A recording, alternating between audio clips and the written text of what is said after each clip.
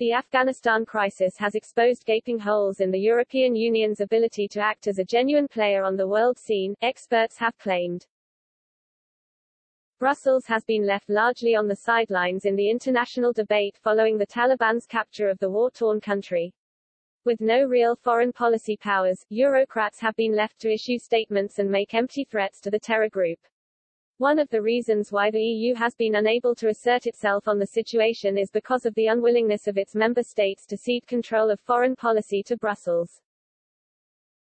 Italian MEP Paolo Borchia told Express.co.uk, "It's not a surprise that US strategy was not able to build a peaceful future for Afghanistan and failed. Now we should think to defend vulnerable people, like women and children, by assessing humanitarian corridors, without open doors for potential terrorists." EU foreign policies, as usual, will only be naked theory as each member state has its own interests and, as a consequence, run their own national foreign policy. In recent days, the EU has tried to generate a united front between its 27 capitals. This includes holding emergency meetings of the bloc's foreign and home affairs ministers. One such intervention by Eurocrats came from the EU's most senior foreign diplomat Josep Borrell. The Spaniard threatened the Taliban with isolation if it seized power of Afghanistan through violence. He said, if power is taken by force and an Islamic emirate re-established, the Taliban would face non-recognition, isolation, lack of international support and the prospect of continued conflict and protracted instability in Afghanistan.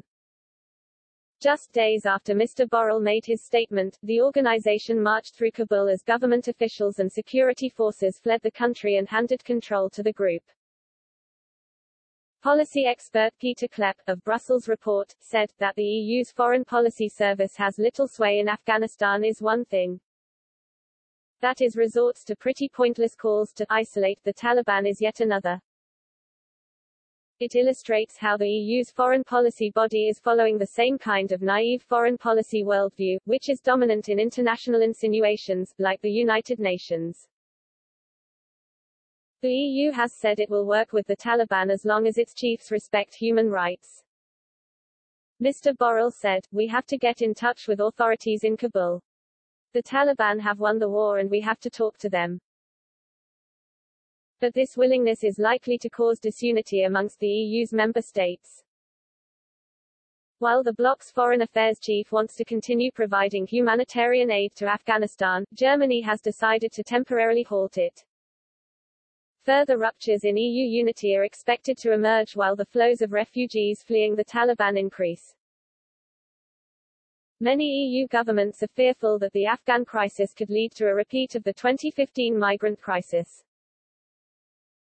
But the situation also shows that the bloc has little strategic autonomy from America. The US-led operation in Afghanistan was assisted by European forces, and Washington's withdrawal soon saw many follow suit.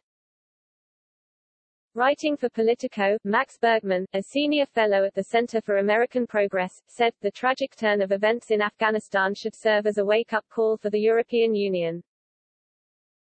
When the United States unilaterally decided to end its presence in the country, Europe had no choice but to follow suit. And as Afghanistan fell rapidly to the Taliban, all the EU could do was stand by, helpless. The continent's leaders didn't have the means to insert forces in Afghanistan even if they wanted to do so, exposing not just the failures of 2 decades of US and NATO efforts but also the failure of the alliance's post-9/11 approach to European defense."